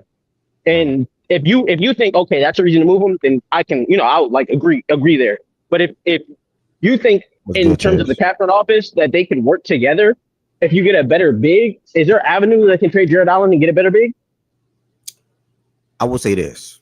I don't think if they trade Jared, they get a better big. I think if they trade Jared, they get more assets. Like, I think they get another guy that can play a 4 or a 5, and then they also get another wing. Or it'll be a trade like that, because Jared Allen is still one of the better centers in the NBA. Like, so it's like, if you trade Jared, I don't know, top of my head, he's probably a top 10 center, right? If you trade Jared Allen, you're probably not going to get another guy that's above him. You get what I'm saying? Like, they're not going to get another center that's better than Jared Allen. Let's think, like, Bam, Cat. Because you mentioned iHeart as a name earlier, and that was a name to me that would fit super well with them. I don't think there's an avenue for them to get him. Zubac. Yeah, but I don't think iHeart was viewed as a center that was better than Jared Allen coming into this season, though, and probably still even at this moment. I don't know. I think he would fit better next to them. Yeah, more of the archetype of big they need. Like, they need a bruiser. Yeah. So like, iHeart gives you the bruiser, and he's also a DHO guy. He could pass, he can make the reads, things like that. Like, he's a good Yeah, that's why when I brought up iHeart in that comparison, because like that's a trade that I would make. Like, that's a move that I would make. I was just more so saying to what T just said about getting a big that's being better. Yeah, I don't think they'll get somebody that's better than him. I think they'll get somebody that's probably lesser than him, but also another player in return. So it'd be like a 2 for 1. But that might function better. Function better. Good word. So that's what I think will happen ultimately. Because I don't think you're going to get a center that's better than Jared Allen by moving Jared, because it's just, I don't know. You know what I'm basically trying to say. Yeah, we saying the same thing. I just wanted to see that perspective, because I do think, like, we talked about bruiser, we talked about type of big, and I do think that would be a type of big that makes their ceiling a little bit higher than what they have currently with Allen. Say that again. I'm sorry. Would I make their ceiling higher? Well, I heart. I said I think that makes their ceiling a little bit higher instead of Allen. So yeah, I wish Everton did not get that call, but she will circle back around in a second. To keep it moving real quick, good conversation to all of us up here and everybody that was contributing a part of the convo. To keep it moving to the next thing real quick, like I said, shout out to Tween. I made sure to go watch this fourth quarterback so I can see what went down. Oklahoma City Thunder, man, they went to his fourth period down by 8 points. Y'all probably was lit in playback last night. They went into this fourth period.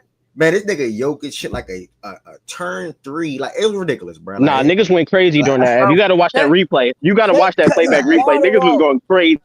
This nigga spun right and flipped it. Yeah, that's the second time he's done that, but that was in the fourth. He did a floater step through above the break. I remember it was on iHeart in that, I think, game 2. So he's made 2 BS threes this series. Yeah, I wouldn't call it BS. I mean, he make him too consistent for them to be BS. If he got that shot 5 times, 10 times, he's not hitting that joint again. What? That's not true. If he shot that same shot 10 times, he's not hitting it one more time. Bro, that shit was that's smothered in 2K. That's not going up. That wasn't smothered. You jazzing. Nah, that was smothered. That was smothered, bro. That was smothered. Oh. But Yoke got that badge where he fades, so you're right. It would have just been tight coverage. Yeah, I mean, but yeah, man. To the game, I made sure to watch this fourth quarterback. Really, really, really, really special forward from both star players or superstar players in this one. And SGA and Jokic. SGA gave us 10 points in the fourth quarter with 3 assists. The 3 assists was pivotal because he forced the defense to collapse. One assist was a lob to iHeart. Another one was a super hockey assist where he hit Dort. Dort swung it over to Jada, big 3 to put them up 3 points. And I lost the last one. I think the last one probably was a Dort 3 or something like that, or probably even Shaq. I can't remember. I lost the last one. But then you look at Jokic on the other end. He did all he could. I'm not gonna lie, Jokic did all he could. I mean, in 12 minutes of play in the fourth quarter, the team made 5 field goals. They were 5 for 21 in the Nuggets, and Jokic made 4 of them. Again, I want to make this very clear. The team made 5 out of 21 field goals, 1 out of 12 threes, and Jokic made the lone 3, and Jokic made 4 out of the 5 field goals. That is disgusting. And down the stretch of the game, MPJ missed 2 big threes, wide open. Also missed a mid-range shot, wide open, right off of Jokic as well. You got to look at him. Jamal Murray, you was having a great game, my brother. You was having a great game in the first half. You had a good game in the third, a great third period. He had 13 points in the third quarter. But then when you got to the fourth quarter, looked like he just gave out. Like a couple of shots that he tried to get into the basket at, Chet altered the finishes, so he couldn't really finish. Shout out to Chet. Great defense that he played in the fourth quarter, if you ask me, especially on Jokic as well, by staying solid, keeping his hands out, and just defending. I want to give Chet and iHeart credit. Like I said, I think SGA and iHeart win that game down the stretch for me. It was like 94-94. iHeart had a big offensive rebound put back on Jokic. iHeart rebounded the ball well in that period. iHeart really just had he only had one offensive rebound. I'm sorry. He really just was good in the whole entire fourth quarter. Him and Chet. I want to give both of them credit. And then J-Dub hitting a 3, and obviously how he rebounded the ball in that fourth period as well. This OKC team, man, this is why you go out and get 2 guys and the guys that they got, man, because these 2 guys helped them win the game. And if we were watching it, because I was tapping to the first half, but as I'm watching the first half, it's little things that stick out to me that matter, and it's the threes that silence momentum or kill momentum, or you knock down, or shots that you knock down that show your team that we still right here. And Caruso hit 2 of those threes in the first half. You know what I'm talking about? You know what I'm talking about? I think both of them were on the left wing, actually. Caruso hit 2 of those threes. Yeah, and then Dort came, man. Yeah, Dort came in the second half with his shot making from the outside. I think he hit 4 threes in the second half. But yeah, man, OKC started out like 12-2 as I was watching, and then Denver came right back and did not miss like the next 5-6 shots, something like that, and they went up. And then after that, it was more so like a back and forth game. Denver broke away in the third quarter, and we know how Oklahoma City closed that game on the fourth quarter. I was scoring on 34-19. Like I said, Jokic did all he could. He had 44 points, 15 rebounds. I think it was 15 rebounds. I'm sorry, when you fact check that. Yeah, 15 rebounds. That's all you can ask for. And Jokic came out with aggression from the first period on down. That's why they got a superstar/star players. When it's a must-win game, you come out with that aggression the whole entire game. He had 19 points in the first half. Aaron Gordon was good as well from an offensive standpoint. He had a good series. He's been having a good series, I would say. I'm sorry. But as he stepped up. He closed the deal. That's why he's probably going to be the MVP of his league. Should be expected to be announced within the next week or so. Probably, I would assume, if I had to assume. And we got Goods to come up here and talk about the rest of this game, man. 112 to 105. Going into the fourth quarter, Goods, how did you feel about the game? And then obviously seeing SGA and J-Dub and iHeart and Chet and company make those plays down the stretch of that game, like and ultimately winning the game. How did you feel? So how did you feel going into the fourth down 8 and after winning the game, not up 3-2? How you feel right now? I'm gonna keep it a bug. I had like an unsettling feeling the entire game. Like after the way we came out, and for them to just walk us down after the start we had, and the offense not clicking throughout the entire game. Jokic having an insane game. Jamal making pull-up threes, contested twos. Thinking everything's gonna go in. Like I was really unsettled, bro. I thought we were gonna lose. But these types of games, this is like the type of games that define championship level teams, that define eras. These are the type of games that champions win. And like I'm so proud of the guys and what they did yesterday. Especially Shea. Shea, in the first half, to me, he wasn't the greatest, but I said it in the OKC space at halftime. Towards the end of that half, it looked like he finally figured something out. And I've been saying it for a minute now. Just play fast against this zone, bro. Do not give them a chance to set up. Do not give them a chance to blitz you. Just play fast and focus on scoring. Stop being something that you're not. Stop trying to force the playmaking.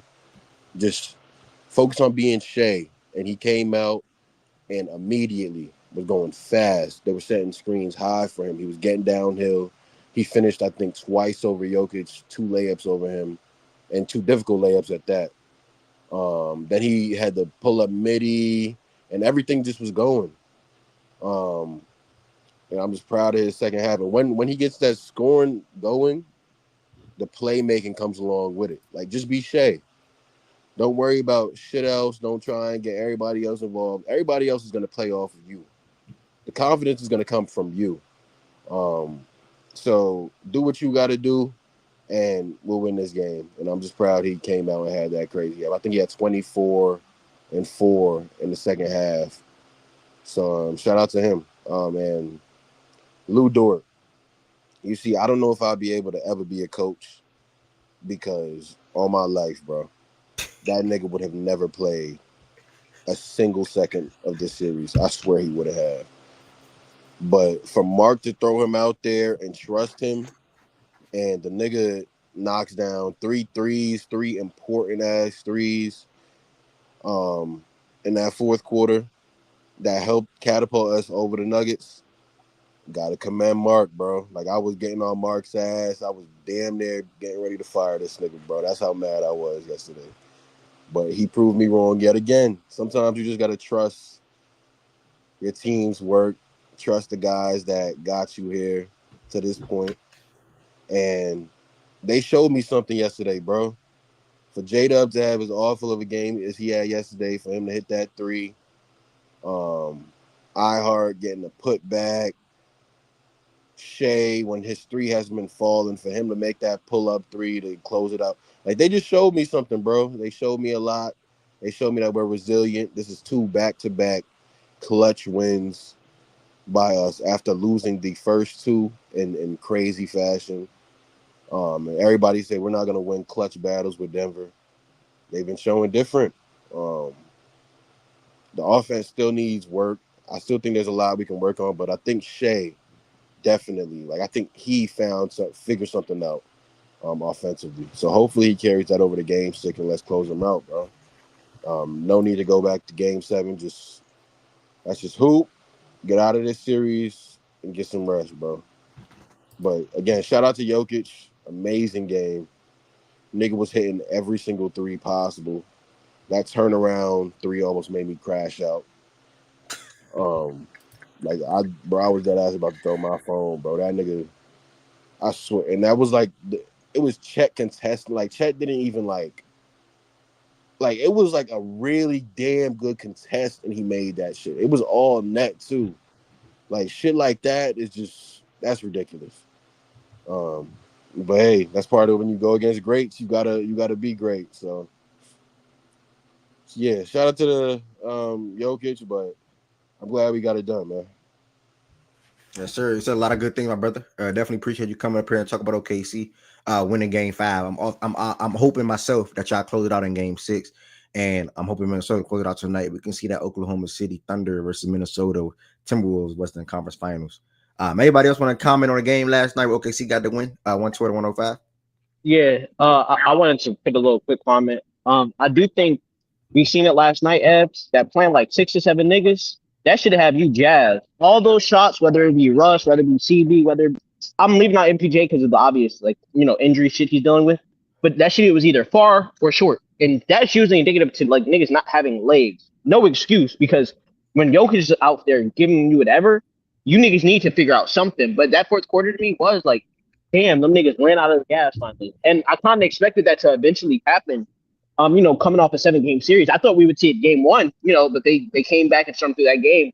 But yeah, from the Edelman side, he tried to give them some breaks too. I seen Julian Strawther get minutes, Peyton Watson get minutes. He tried to give that, six guy lineup that they truly had, some space to operate with. But it's hard, when you don't have the bodies. While, OKC is going 10 deep, the Clippers went 8 to 9 deep. Like it's hard when you don't have the bodies to consistently play 5 to 6 to 7 people at the max in your actual rotation, and then expect them to deliver in these fourth quarters.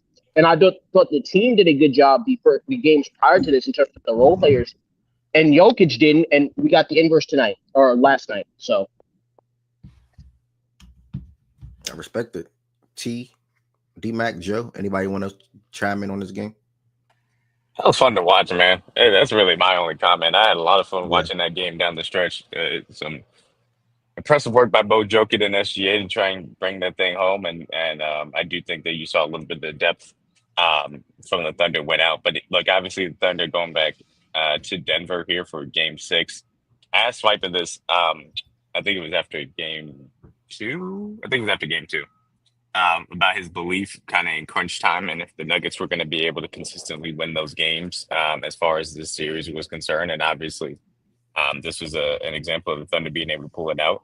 And I think it's good that the Thunder were able to do that. I think that's a little bit of a sign of growth from them. They didn't maybe make as many mistakes as you saw from them in the earlier games in the series. So good for the Thunder.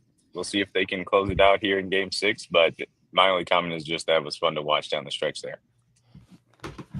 Yes, sir. I agree. Tween or Joe, y'all got anything? Still Nuggets and 7 Nuggets? Like yeah, I was just like you. I rewatched the game, bro. You go on a 6-minute scoring drought. Yeah. I don't give a fuck that nigga had 50, 40, whatever. Get it done. You don't go 7 minutes without a scoring drought when you the best offensive player. Even though he had a magnificent game, making shots, making the right read, the corner 3 to Russ, the backdoor cut by Porter, some of these plays where it was like, they're funneling you to like make you straight up guard you. They guarded you straight up. J. Will did a fantastic job defensively. When Chet went out and iHeart, it was just I think it was Chet and Chet and J. Will. J. Will did a fantastic job on Jokic. I know Jokic had 45, whatever, but we talking about that run. That run was because of J. Will, it was because of all the other guys. Aaron Wiggins hit timely buckets. Caruso going downhill again to the free throw line. Like, bro, they were down. I think Shea checked back in that game like with 9 minutes with 30 seconds. He came back in the game with a respectable. I think they were down 4 at the time. He came in with 10 minutes left. I think 10 minutes. It was like 9:40ish. Yeah, like same thing. It don't matter. But Jokic played that entire fourth, and they took Maul out. I'm like, who? Okay, Maul is out the game because Maul, when it was Maul and J-Dub, Maul was low key getting better quality shots. Russ got to the free throw line that first possession, and they were just maintaining that lead. When Maul went back to that bench, I'm like, okay, cool. Now they don't have a shot creator in the court, a prober who's going to really try to empty the clip in that settle for that midi, get to the Baja. He had a couple crazy layups on Chet, bro. Like we're talking about some acrobatic type finishes. But you gotta give OKC the credit. Like, bro, I'm looking at it right here. Tween. Yo, Just to throw you some numbers because you're a number guy. Prior to last night's game, they were tracking Jalen Williams versus Jokic. Jokic was shooting 17% on Jalen Williams. that matches the eye test. Jay Will's not fouling him. He's making all his shots is short. He's literally in his grill. He even drew an offensive foul. Bro, look, I'm reading it right here, bro. To start the fourth, it was 78-86. Peyton Watson at the line for 2 free throws. Bro. Come on, they go on a scoring run. Bro, you got to get them credit, bro. This because OKC could have easily just like, oh, we did all we want. You feel me? We tried, guys, but they could have easily put their head down and said, "Fuck it, we lost." But they was competing. Shout out Dort. Shout out Caruso. Shout out Shea because he definitely closed. I don't know why Jokic was playing deep drop coverage when he hit that 3. He got a layup on CB. He made a tough contested midi and one. Oh my goodness, Shea. He was a man tonight. He was a man last night. You got to give him credit. Well said, brother. I wouldn't say he was in deep drop. He was just trying to. He didn't expect SGA to come over and shoot that. But even if Jokic was high, that doesn't help the defense either. And I mean, there's nobody in the paint that can even guard or even contest the rim. They would have had. I can't remember who it was. I heard who was at that screen. I heard a Chet. I heard. Yeah, I heard would have just rolled, and then that's like it would have just went like that. I think that's just a great big shot from SGA to pull up and knock that shot down. At that moment to put them up 6. To be honest. But yeah, what's up, Joe? What you got to say about the game last night and also the series so far? The series so far, I mean, I kind of expected us to win in 6. Obviously, after game 1, I was kind of questioning the coaching decision. You know, I haven't been here in a little while, whatever. But putting like to Tween's point that he was speaking on in terms of J. Will, like game 1, you could see why. In my head, I'm like, why is J. Will not playing? Like, if we're small and we know that Jokic and Aaron are going to be crashing and that's going to be a problem because Chet is small, like, what the fuck? Like, why are we not bringing him in? And clearly, he learned his lesson and brought him in, and you see it where we're at now. He just brings a whole nother dynamic. Like, if he extends his offensive bag, he's going to be a problem. He's like a good physical defender. He's able to keep up with anybody laterally. He likes to bang. He likes to get in there and rebound. He does all the dirty things you kind of like to do. A couple of things in the game that I was kind of like surprised about was, it's especially when we had a cold stretch where we went scoreless for a little bit. The only offensive, I thought the only offensive idea that we was to score was to get some defense. So the minutes that Caruso came in, obviously, and you felt his impact off for. But for me, my thing is Mark. He has to like stop babying these guys and stop like picking and choosing on when to pick the guys because those are our guys and giving them more minutes. I don't give a fuck who's on the court as long as you're being productive. Like, yeah, J. Will had a bad shooting game, but he had a great defensive game. But spots like that in certain games will haunt you. And for me, it's just like, sit him down. I don't care if you even have to sit the superstar down in SGA for 3, 4, 5 minutes because he's having a horrible shooting night or whatever the case may be. That's just like my philosophy. Based on the team that we have constructed, I feel like we have enough guys to come in and make a play, make a move, do something. It's a collective win. It's not like an individual win overall. Yesterday's game, I was very, very also upset at the fact how we let down after coming in the first quarter. Like, we literally started the first 4 minutes of the game hot. They took a timeout, came back, beat the shit out of us, down the whole game, halftime, 2-point game. we're gonna close this out because of the fact that Denver doesn't have the personnel. Peyton Watson had 4 fouls, which was crucial for them. Russ, he was flippy floppy. Yeah, he made a good play, but then he made 3 bad plays after that. So that's the only reason, honestly, why we're gonna lose the series. If not, like Jokic easily, like we're seeing some Wilt shit. Like this nigga's literally like 50, 60 if he really, really wanted to. It's just that he makes the right plays. He literally is not caring about scoring and stuff. But the only reason as to why we're gonna win this series is because we're a better team in terms of depth. But the Denver has the better players overall. That was my whole takeaway about everything. Okay. You said a lot. Not that I already got any pushbacks to. Again, for everybody up to the top of the show, I'm still debating how I'm gonna do this.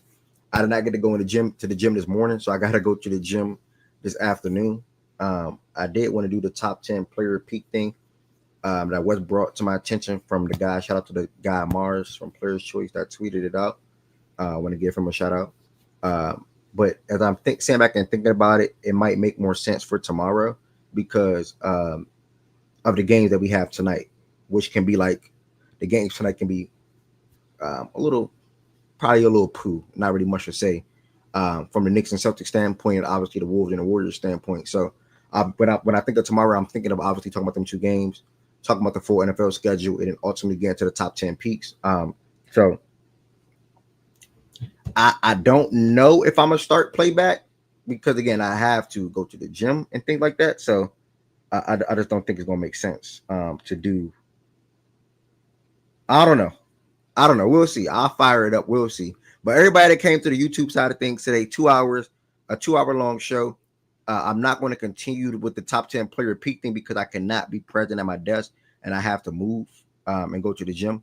Again, I did not make the gym this morning, so I got to go in like the next 30 minutes to an hour or so. But I will fire up the playback room just for some open talks, vibes, and whatever come up from a sports standpoint come up, and we can chop it up and talk about it. I'll probably just join the playback while I'm in the gym, to be honest. I'm about to go ship these shirts, and we'll go from there. You know the NFL is going to drag. Heaven sent working. She got busy. With work. NFL not going to drag. Bro. Either way, this is a 2-hour. I'll go to playback. Playback.tv/facts and stats, y'all.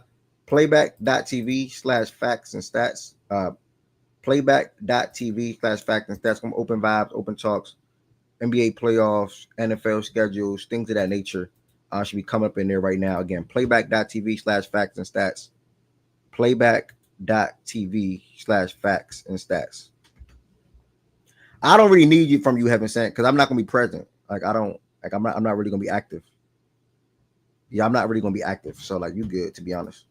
So I'll see y'all on playback, y'all. Playback.tv/facts and stats. Pull up. Thank y'all so much for the support on the YouTube side of things today. And again, I have to go to the gym. Only reason why I'm going a little shorter today with the switch over. But either way, I'll see y'all on playback. Playback.tv/facts and stats.